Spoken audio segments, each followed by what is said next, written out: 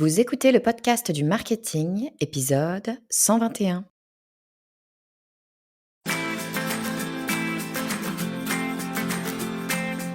Bonjour et bienvenue. Je suis Estelle Ballot et je suis ravie de vous recevoir sur le podcast du marketing. À chaque épisode, je vous propose d'analyser les techniques marketing qui marchent, pas à pas et très concrètement, pour développer votre activité. L'autre jour, j'étais devant mon écran d'ordinateur, comme tous les jours, et d'un coup, plus rien.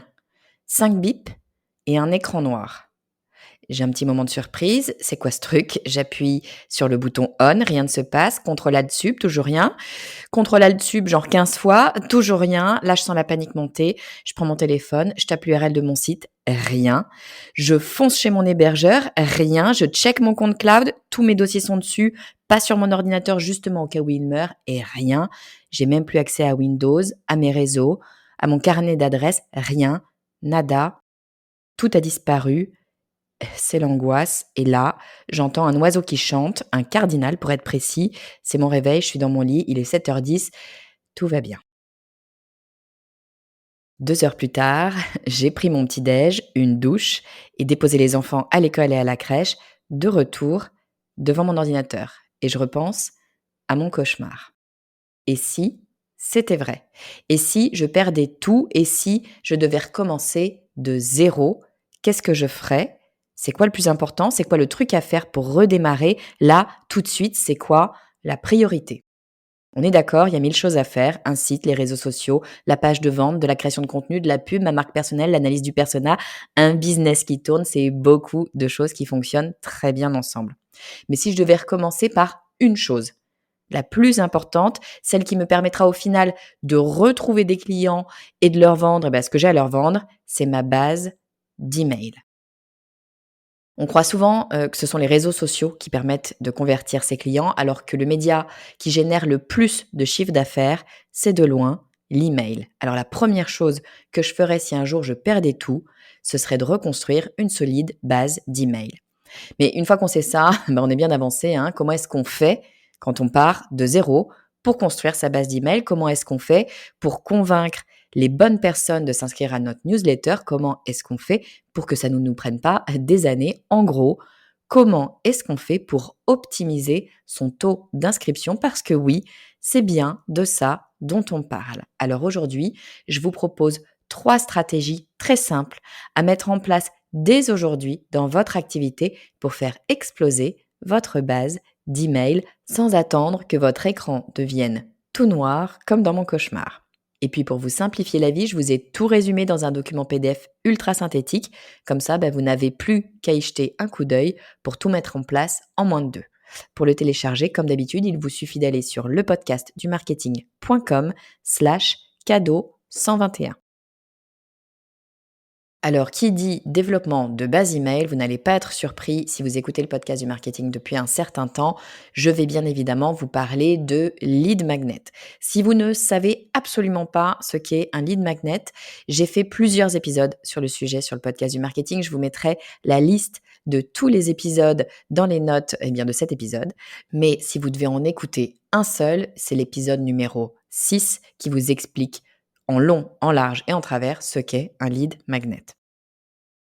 Je vous le dis quand même en 2 secondes, qu'est-ce que c'est qu'un lead magnet? Un lead magnet, c'est une très bonne raison que vous allez donner à votre audience pour que celle-ci s'inscrive à votre newsletter. On va dire ça très simplement comme ça. C'est en fait un document, un cadeau, un outil, peu importe, que vous allez offrir à votre audience. Et pour pouvoir le lui envoyer, il faut bien que cette personne vous donne son adresse email. Bien évidemment, ce cadeau que vous offrez, il est en lien avec ce que vous proposez sur votre newsletter, ce qui vous permet d'être en phase avec RGPD. Encore une fois, si tout ça c'est très confus, repartez sur l'épisode 6, tout deviendra beaucoup plus clair.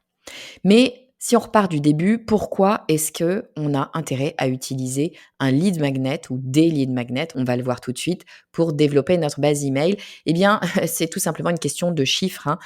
Vous pouvez évidemment, comme le font la plupart des sites internet maintenant, proposer à votre audience qu'elle s'inscrive à votre newsletter. Vous savez, vous avez un petit formulaire dans lequel vous dites inscrivez-vous à la newsletter et vous demandez juste l'adresse email, éventuellement le prénom. Ces formulaires d'inscription, sachez-le, ils vont fonctionner, mais ils ne vont pas aller très, très vite. Vous avez en général, on le dit, hein, en moyenne, un taux d'inscription qui est de 0,5 à 1. C'est-à-dire que 0,5 à 1 des personnes qui visiteront votre site, qui verront votre formulaire, vont s'y inscrire. Donc soit vous avez un énorme trafic et là, OK, très bien, ça va peut-être avancer. Sinon, très sincèrement, vous allez y passer des années. Donc ça ne va pas suffire, ça suffisait il y a 15 ans, c'est plus le cas maintenant. Ça ne va pas suffire de juste proposer aux gens de s'inscrire à votre newsletter. Non, désolé, on est passé à autre chose. Maintenant, il va falloir proposer un lead magnet, c'est-à-dire une bonne raison à votre audience de s'inscrire à cette fameuse newsletter. Et là, encore une fois, ce sont des moyennes, hein, mais lorsque vous avez un lead magnet, eh bien, votre taux d'inscription va passer de 0,5-1 à 5 voire 7. Voire, moi, personnellement, j'ai vu des lead magnets qui vont bien plus haut que ça, qui vont monter au 10, au 20, au 30, voire même au 40. Donc, si l'on travaille très bien son lead magnet, ça peut aller très, très vite dès lors que vous avez un petit peu de trafic, un petit peu de personnes qui viennent voir votre site internet. Donc, pas de doute, pour développer votre base d'email, il va vous falloir travailler les lead magnets. Bon, donc on est d'accord, on va utiliser des lead magnets pour pouvoir développer notre base d'email. C'est vraiment là-dessus qu'on va fonder notre stratégie de croissance. Oui, sauf que comment est-ce que je fais pour m'assurer que, eh bien, les gens vont s'inscrire à cette base d'email? Alors d'abord, évidemment, je ne vais pas pouvoir m'en assurer, mais je vais pouvoir optimiser les choses. Je vous propose aujourd'hui 3 stratégies pour optimiser l'inscription, le taux d'inscription, on appelle ça l'opt-in rate, le taux d'inscription à votre lead magnet. Première de mes stratégies, c'est de travailler vos lead magnets sur votre site internet.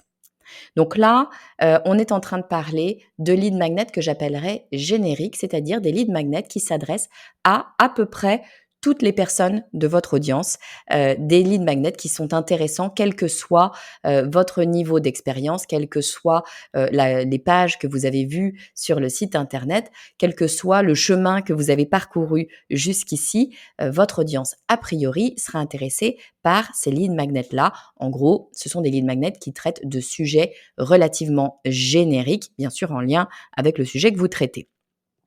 La question, c'est de savoir où est-ce qu'on va positionner ce lead magnet. Je vois trop souvent des gens qui créent un lead magnet et qui ne le positionnent qu'à un seul endroit. Ça, c'est une grosse erreur parce que c'est imaginer, que tout le monde va voir votre lead magnet. Je vous le dis, ça n'est absolument pas le cas. Deux, que tout le monde va passer exactement où vous le souhaitez sur votre site internet. Je vous le dis, ça n'est absolument pas le cas. Le secret réside dans la répétition. Donc, vous allez positionner votre lead magnet à différents endroits stratégiques sur votre site internet. Premier endroit où vous pouvez proposer un lead magnet, c'est sur votre page d'accueil. Pourquoi est-ce que vous allez le positionner à cet endroit-là? Tout simplement parce qu'il ne faut pas oublier qu'un lead magnet, pour votre utilisateur, c'est avant tout un cadeau que vous lui faites. C'est quelque chose qu'il n'a pas nécessairement demandé et que vous allez lui offrir gratuitement pour l'aider, pour lui rendre la vie plus simple. Donc, comme entrée en matière, quand on fait connaissance, qu'on arrive sur la page d'accueil, c'est plutôt sympa d'arriver d'entrée de jeu avec un cadeau, un truc utile qui va nous aider d'une part. C'est agréable. D'autre part, ça participe à prouver votre compétence. Donc, vous gagnez sur tous les plans. Un, vous gagnez en capital sympathie. Deux, vous aidez réellement votre audience et donc vous lui prouvez votre compétence. Trois, vous faites grossir votre base d'email. Donc réellement, vous avez tout intérêt à positionner un ou plusieurs lead magnets sur votre page d'accueil, assez haut d'ailleurs sur votre page d'accueil. Deuxième endroit où je vous invite à positionner un lead magnet, c'est sur un pop-up. Vous savez, les pop-up, c'est bien sûr cette fenêtre qui va s'ouvrir automatiquement pour vous proposer quelque chose. Alors attention, le pop-up, c'est un peu à double tranchant. S'il est mal positionné, il est plus agaçant qu'autre chose. Le truc, je pense, le plus énervant, en tout cas dans mon cas, à vous de tester bien sûr, mais le truc le plus énervant probablement, c'est le pop-up qui va s'ouvrir dans les 2 secondes après votre arrivée sur un site internet. Vous n'avez pas encore eu le temps de comprendre où est-ce que vous avez atterri, de comprendre ce qu'on va vous proposer, même de quoi on vous parle, qu'on vous propose déjà un pop-up, un truc en plus. C'est assez agaçant. Non, moi ce que je vous invite à faire, c'est à positionner votre pop-up soit, en fonction du temps, donc vous pouvez définir dans votre outil de pop-up au bout de combien de temps la petite fenêtre va s'ouvrir avec, la proposition de votre, lead magnet, de l'inscription à votre lead magnet. Moi, je vous invite à le faire au bout d'un temps suffisamment long. Alors il va varier selon le type de contenu que vous avez bien sûr sur votre site internet, mais en tout cas, laissez le temps pour que la personne comprenne bien où elle est, pourquoi elle est là, ce que vous allez pouvoir lui apporter, quels vont être ses bénéfices. Donc laissez, moi je dis en général un bon 30 secondes sur une page, ça semble assez cohérent. Ce que vous pouvez faire, c'est aller voir dans vos stats quel est le temps moyen passé sur votre première page. Partez de ce temps-là pour savoir à quel moment vous allez proposer votre pop-up. Ensuite, deuxième option pour proposer votre pop-up, et c'est une option que je trouve assez intéressante, c'est d'aller ouvrir le pop-up, non pas au bout d'un certain temps, mais en fonction d'une action, et pas n'importe quelle action, l'action d'aller emmener la souris vers le coin en haut à droite de l'écran, c'est-à-dire le moment où la personne a tendance à vouloir sortir de votre site. Juste avant qu'elle parte faire autre chose, eh bien, vous allez lui proposer un petit truc en plus, un cadeau, un truc qui va l'intéresser, qui va attiser sa curiosité, à savoir votre lead magnet. Autre endroit où je vous invite à positionner votre pop-up, c'est sur ce qu'on appelle la sidebar. Là, on est sorti de la home page, quoique ça peut être aussi sur la home page, mais en général, on est sorti de la home page. La personne est en train de se promener sur votre site internet, donc elle manifeste un intérêt pour votre contenu. Elle se promène, elle lit du contenu, elle consomme votre contenu. Sur le côté, qui peut être côté droit ou côté gauche selon la construction de votre site internet. Souvent, c'est le côté droit, mais peu importe. Sur le côté de votre site, eh bien souvent, vous allez pouvoir avoir des espaces dans lesquels vous allez proposer des contenus annexes. Typiquement, un autre article, si vous êtes sur le blog par exemple, un autre article intéressant, ça peut être même de la publicité, pourquoi pas. Au lieu de mettre de la publicité ou à côté, peu importe, vous pouvez tout à fait proposer votre propre lead magnet. Ça peut être du texte, ça peut être une image, ça peut être une vidéo, ça peut être ce que vous voulez. En tout cas, vous pouvez le faire automatiquement sur l'ensemble des pages ou sur l'ensemble d'un certain nombre de pages de votre site internet. Donc c'est à faire une fois et ça apparaîtra à chaque fois sur le côté de votre site. Et puis enfin, dernier endroit où je vous conseille de positionner un rappel sur votre lead magnet, peut-être pas tout le temps, mais on va dire sur des moments un petit peu clés pour vous, c'est ce qu'on appelle la top bar.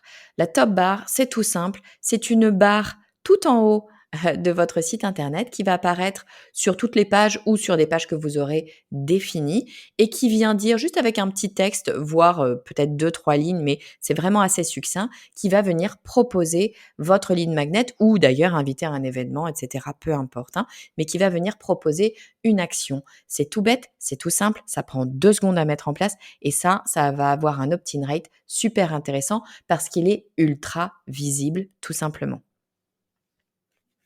Donc je récapitule, première stratégie, allez positionner votre lead magnet à différents endroits stratégiques sur votre site internet, à savoir votre homepage parce que dès le départ, vous allez proposer quelque chose d'intérêt qui va attiser la curiosité, qui va construire votre crédibilité, qui va vous donner un capital sympathie et bien sûr faire construire votre base d'email. C'est votre homepage. Donc dès le départ, proposez votre lead magnet. Ensuite, vous allez pouvoir intégrer un pop-up, soit au bout d'un certain temps de lecture, soit à la sortie de votre site internet lorsque la personne souhaite partir. Au dernier moment, vous la rattrapez avec encore une fois quelque chose qui a de l'intérêt pour elle. Autre endroit, vous pouvez positionner votre lead magnet sur ce qu'on appelle une sidebar. Là, vous êtes sur une personne qui est en train de consommer votre contenu, qui montre donc un intérêt pour ce que vous proposez. C'est le moment de lui proposer d'aller un petit peu plus loin, de s'inscrire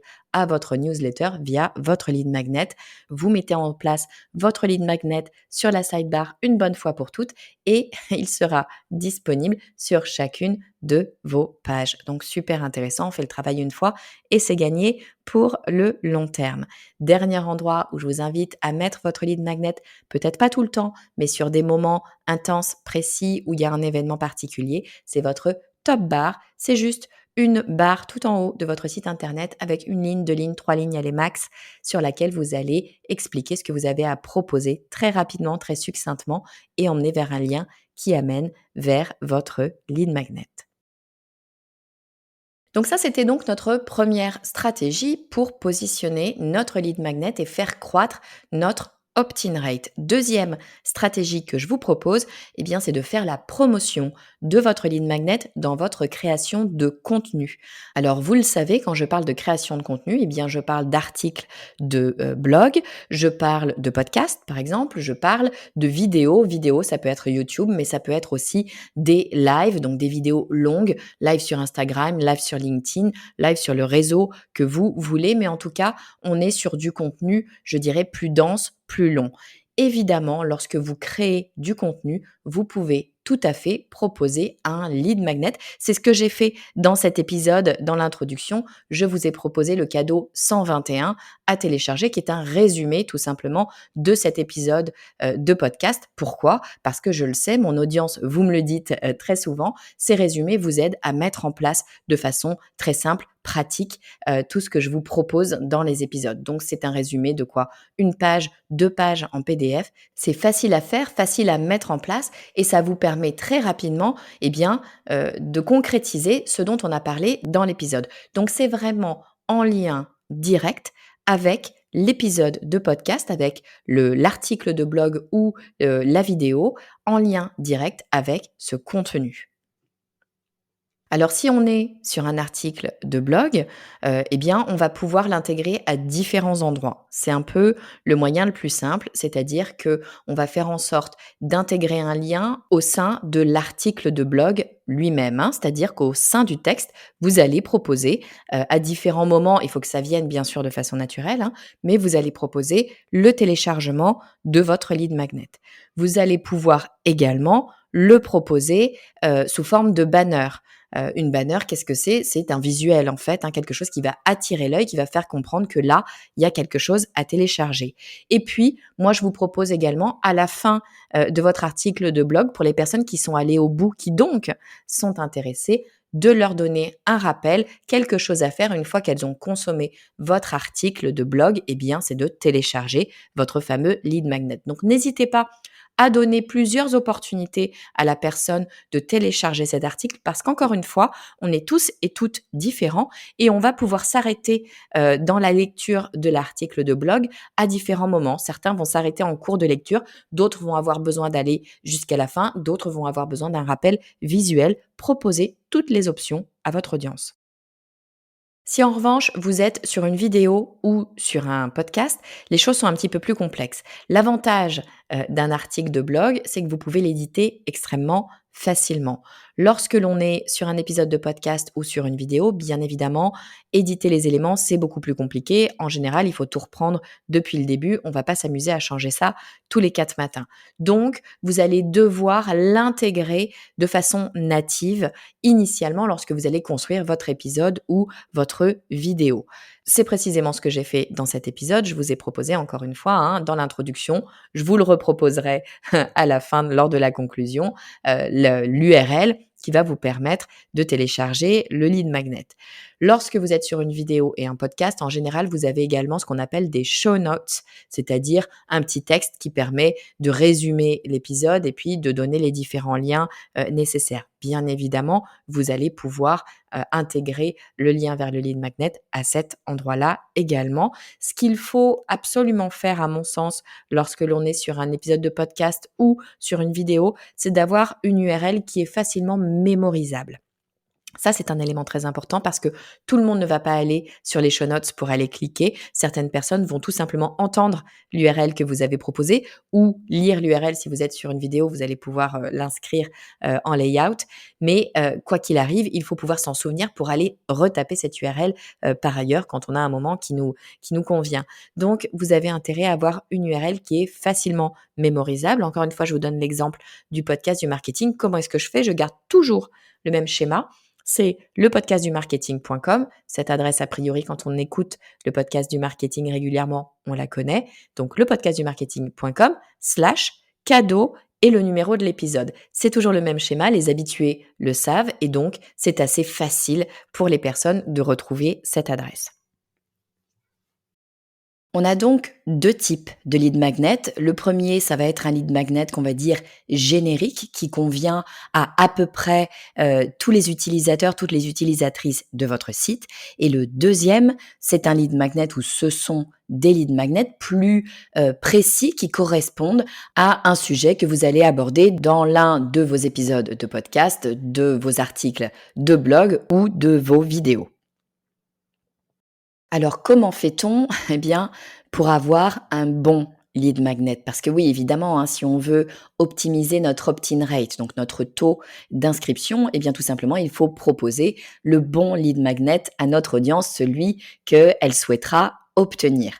Première chose, la grande majorité des gens se trompent sur ce qu'est un bon lead magnet. En général, on va penser qu'un bon lead magnet, eh bien, c'est un document qui apporte énormément de valeur, c'est quelque chose de très conséquent, qui va prendre beaucoup de temps à être construit. Eh bien là, erreur fatale, c'est même quasiment l'opposé du bon lead magnet.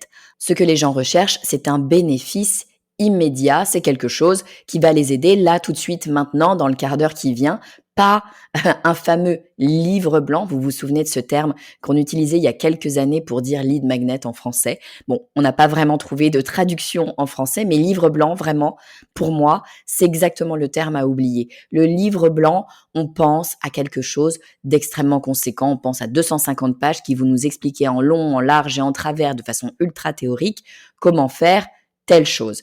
Mais c'est exactement ce qu'on ne veut pas. Qui va aller lire 250 pages pour solutionner son problème qui, en général, est un petit problème? Si c'était un très gros problème, soyons clairs, vous feriez payer le service. Vous n'allez pas le donner gratuitement. Donc, les 250 pages du livre blanc pour un problème qui, somme toute, est relativement mineur, non, ça ne fonctionne pas. Ce qu'on veut, c'est une solution là tout de suite qui va nous aider à avancer, qui va nous faire gagner du temps, tout simplement.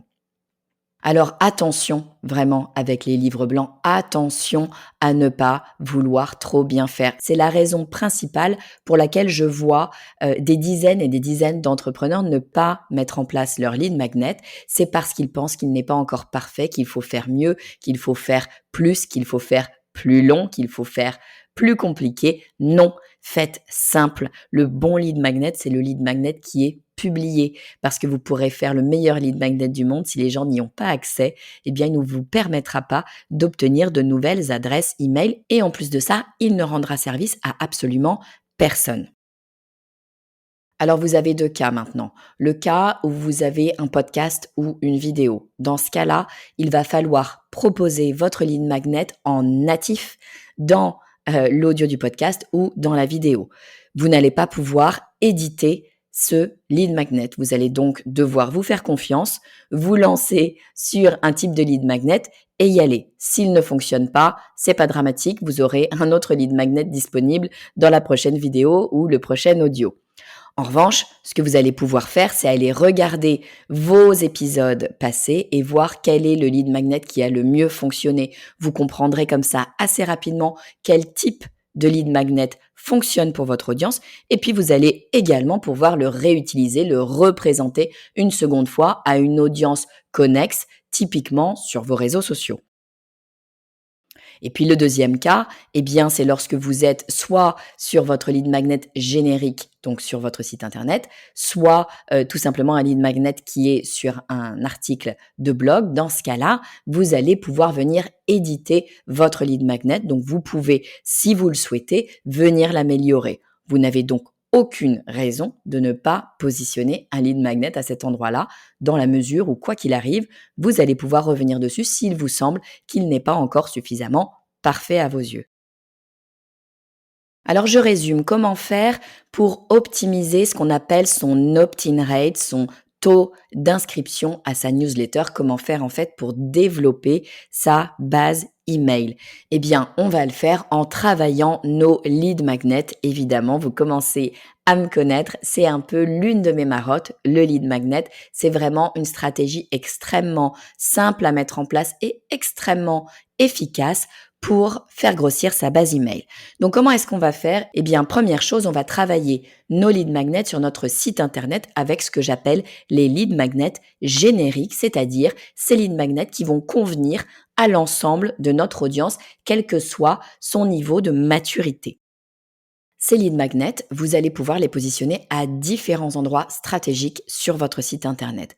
Premier endroit, votre homepage. Pourquoi? Parce que tout simplement, c'est la première rencontre que vous avez avec votre audience et c'est plutôt sympa de lui proposer un outil gratuit qui va lui être utile. Donc, n'hésitez pas, allez-y directement sur la page d'accueil. Ensuite, vous allez pouvoir proposer votre lead magnet générique via un pop-up. Le pop-up, vous allez pouvoir l'activer soit par exemple en fonction du temps, laisser passer un temps suffisamment conséquent pour que la personne ait le temps justement de prendre connaissance de votre site internet, de qui vous êtes, de ce que vous avez à offrir avant de lui proposer quelque chose. Mais vous pouvez y aller au bout de 20, 30 secondes, à vous de voir sur vos analytics quel est le moment le plus opportun. Vous pouvez également le positionner en fonction d'une action, et notamment une action, moi, que j'aime bien, c'est l'action d'aller sortir de votre site internet juste avant que la personne aille vers le coin en haut à droite de votre site pour cliquer sur la petite croix. Eh bien, tout simplement, le pop-up apparaît et propose oula, juste avant de partir, j'ai quelque chose à te proposer qui va être sacrément utile. Donc, c'est le moyen pour vous de rattraper cette personne juste avant qu'elle ne vous quitte. Troisième endroit où vous pouvez positionner votre lead magnet générique, c'est sur votre sidebar. En fait, tous les sites internet ont une construction un petit peu différente, bien sûr, à vous de choisir le template qui vous conviendra le mieux, mais en général, vous avez un espace sur le côté sur lequel vous pouvez proposer des informations additionnelles. Ça peut être, par exemple, de naviguer vers un autre article de blog, ça peut être une publicité, ça peut être n'importe quoi, des informations sur l'auteur. Ça peut également être l'opportunité d'avoir accès à l'un de vos cadeaux, votre lead magnet. Si vous positionnez votre lead magnet en sidebar, automatiquement, à chaque fois que vous avez une page avec une sidebar sur votre site internet, votre lead magnet sera présent. Donc, vous le faites une fois et c'est sur l'ensemble de votre site. Et puis, les quatrième endroit où vous pouvez mettre votre lead magnet générique, c'est sur ce qu'on appelle la top bar. C'est juste une petite barre tout en haut de votre site internet avec une, deux, allez maximum 3 lignes sur laquelle vous allez pouvoir positionner un lien vers votre lead magnet. Encore une fois, ultra simple, ultra efficace. Deuxième façon de mettre en avant vos lead magnets, là, ce seront les lead magnets plus spécifiques dans le contenu que vous allez proposer. Eh bien, vous allez pouvoir proposer des cadeaux en plus, des cadeaux spécifiquement construits pour le contenu que vous venez de créer. C'est-à-dire, typiquement, dans un article de blog, vous allez pouvoir proposer un lead magnet dans le texte, en banner ou à la fin de votre post. Et si vous êtes sur de la vidéo ou sur de l'audio, eh bien, il faudra l'inscrire en natif dans l'introduction ou en conclusion en général. Quoi qu'il arrive, allez-y, n'hésitez pas à créer des lead magnets, faites des lead magnets simples, ça vous permettra de les mettre facilement dans ce type de document. Mais alors la vraie question à se poser, et c'est ma troisième stratégie, comment faire pour faire de bons lead magnets? Effectivement, élément ultra important, choisir les bons lead magnets. Et les bons lead magnets, quels sont-ils? Ce sont les lead magnets qui existent tout simplement. Un bon lead magnet, c'est un lead magnet que vous avez fait. Donc arrêtez de procrastiner et de vous dire mais non, ce document n'est pas suffisamment riche pour pouvoir être présenté comme lead magnet. Bien au contraire, ce que veulent les gens, ce sont des éléments faciles, rapides, à consommer qui ne leur demande pas finalement d'effort. Donc, ça va être quelque chose de très simple, comme par exemple un résumé, une checklist, un swipe file, un modèle, un template, quelque chose d'extrêmement simple à mettre en place. On arrive à la fin de cet épisode. Vous l'avez entendu au fur et à mesure de l'épisode, ma voix s'est littéralement cassée. Donc je vais rapidement m'arrêter avant de la perdre définitivement. Mais n'oubliez pas de télécharger le résumé de l'épisode sur le podcast du marketing.com/cadeau 121. Vous aurez tous les points principaux à mettre en place sur un document ultra synthétique et en bonus, je vous ai même rajouté la liste des principaux types de lead magnet.